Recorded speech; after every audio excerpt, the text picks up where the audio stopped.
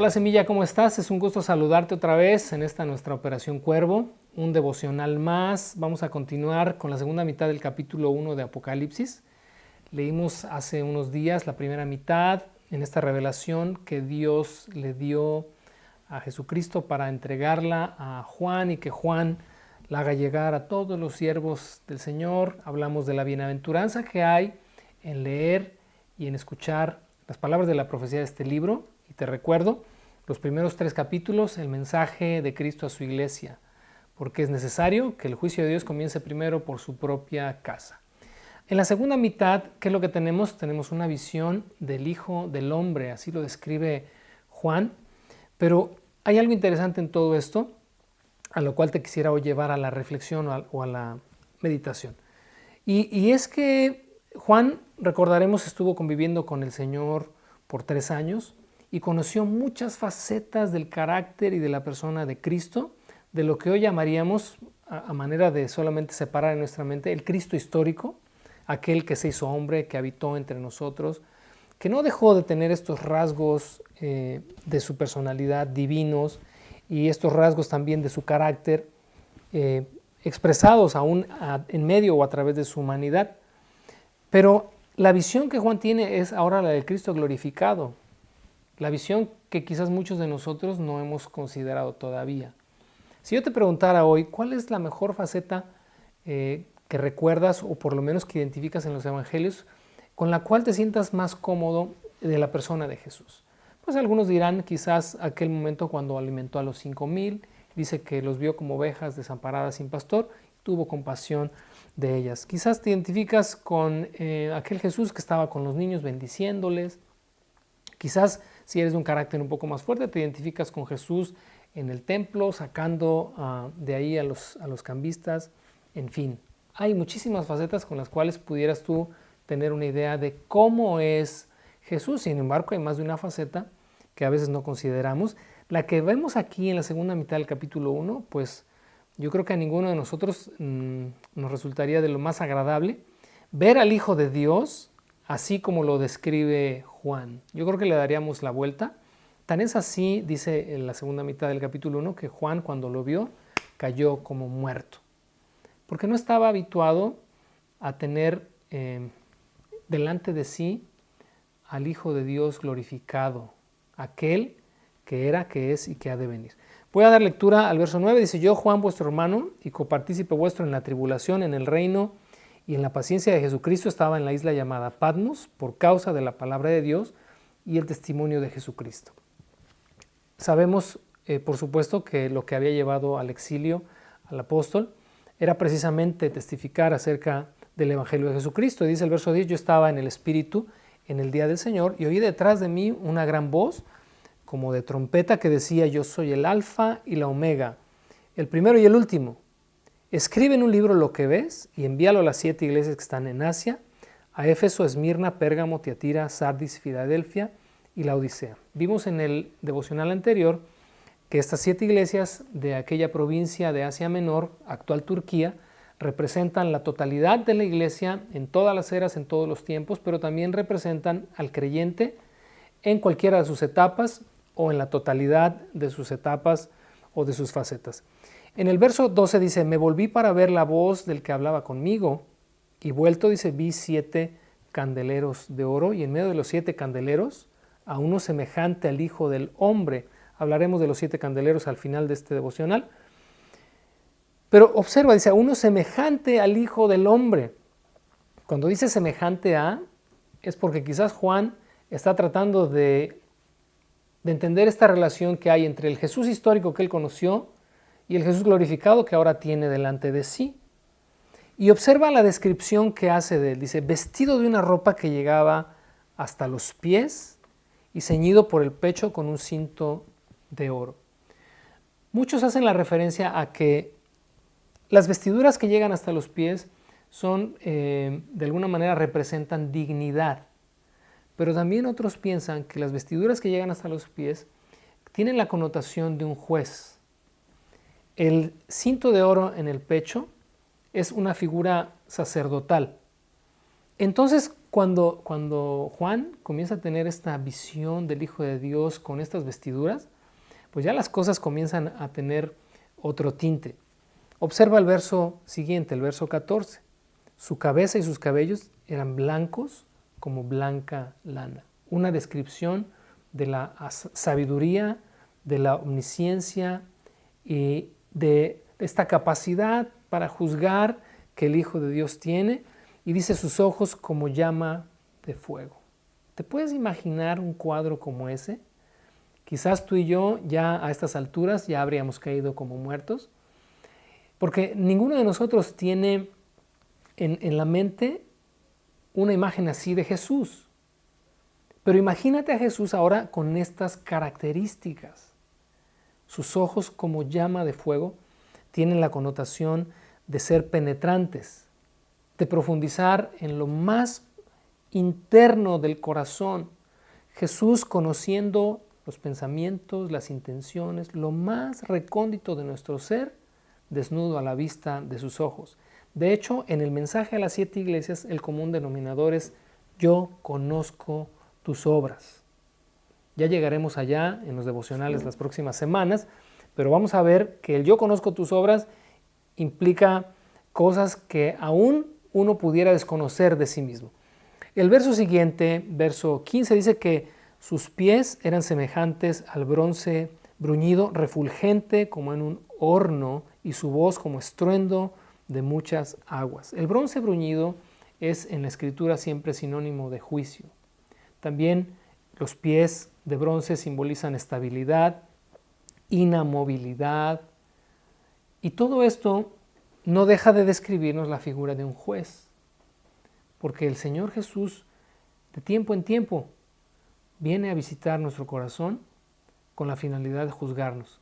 Te recuerdo, no es un juicio de condenación para los hijos de Dios, porque es el mensaje a las 7 iglesias, es un juicio de purificación, es un juicio de oportunidad, es un juicio de evaluación, es un juicio en el cual se nos califica y nos dice: tienes estos puntos en tu contra y necesito que los corrijas. Es una especie, como le llamaríamos en contabilidad, de auditoría. Yo creo que a ninguno de nosotros, tengas negocio, seas empleado como sea, un día llegue el SAT y diga: necesitamos arreglar cuentas y revisar lo que tenemos bien y lo que está mal para corregir, todos le daríamos la vuelta. El Señor viene eventualmente para hacer auditoría a nuestro corazón y saber cómo andamos.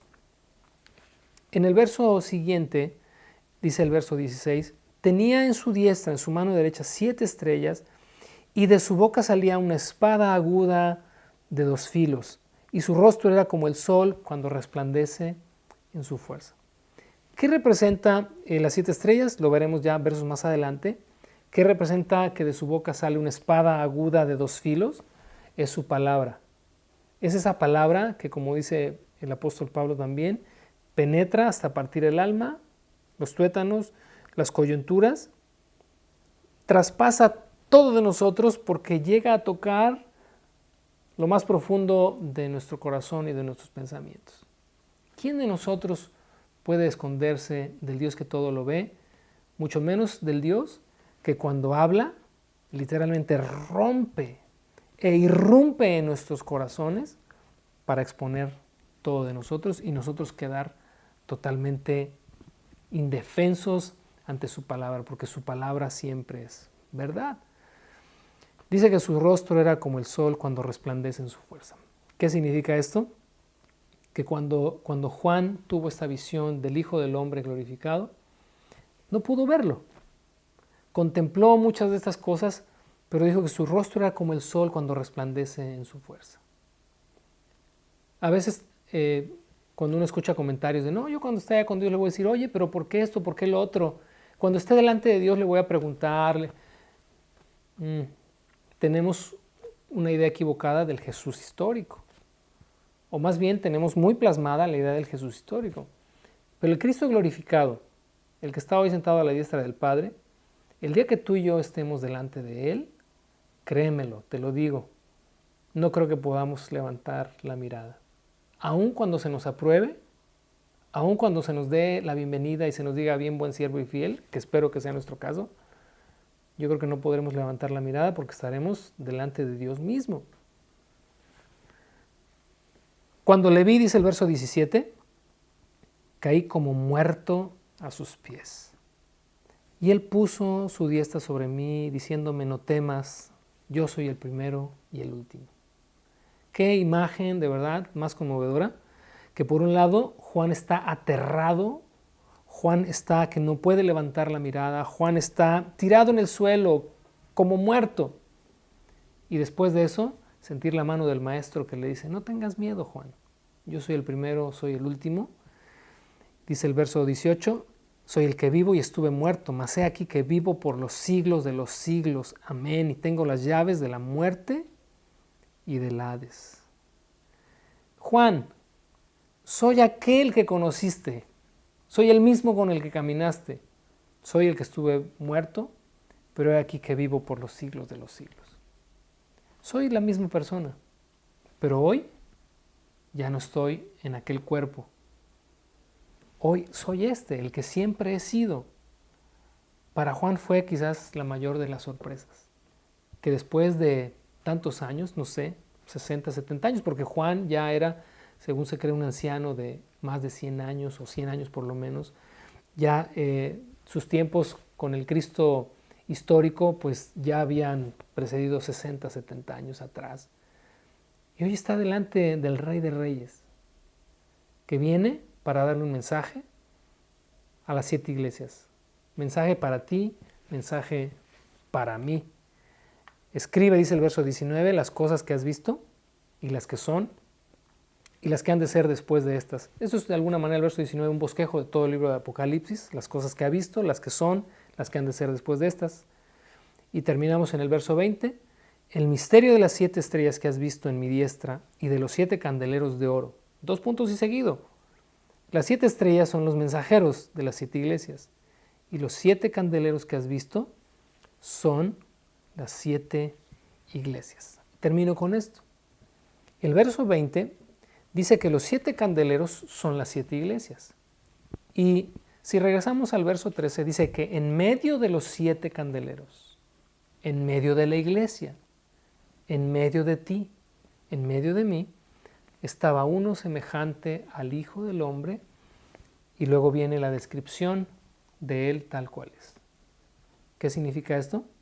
Lo que veremos en capítulo 2 y 3.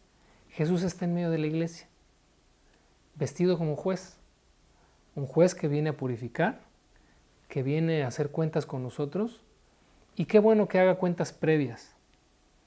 Continuamente pienso, creo que ya lo he dicho en más de una ocasión, en el día en el que yo tenga que dar cuentas a Dios de mi vida, de lo que hice, de lo que no hice, de lo que dije o de lo que no dije. ¿Y sabes qué? Si pienso en aquel día, humanamente me aterro, porque digo, yo no sé qué se siente, porque uno a veces, te repito, minimiza las cosas, pero creo que serán mucho más parecidas a estas, cuando estemos delante de Dios y cuando nos diga, oye, ¿vamos a hacer cuentas? Yo creo que vamos a caer como muertos. A mí, humanamente, esto me aterra. Pero si pienso en esta imagen y la adopto, porque así como lo vivió Juan, creo que nosotros lo hemos de vivir también como creyentes, de que aquí, en la vida y en el mundo, en la tierra, el Señor Jesús está en medio de la iglesia y le juzga para purificarla y le juzga para hacer cuentas, para que desde aquí corrijamos lo que tenemos que corregir y cambiemos lo que tengamos que cambiar. Bendito Dios. Porque si no fuera así, si se nos dejara así, de aquí te dejo y regreso para hacer cuentas, sin tener esta interacción intermedia, creo que ni tú ni yo seríamos aprobados. Así que dejemos que los capítulos siguientes Dios habla a nuestras vidas y que podamos aprender de ello y aplicar a nuestra vida lo que conviene. Que Dios te bendiga. Nos vemos después en otro devocional de Operación Cuervo. Bendiciones.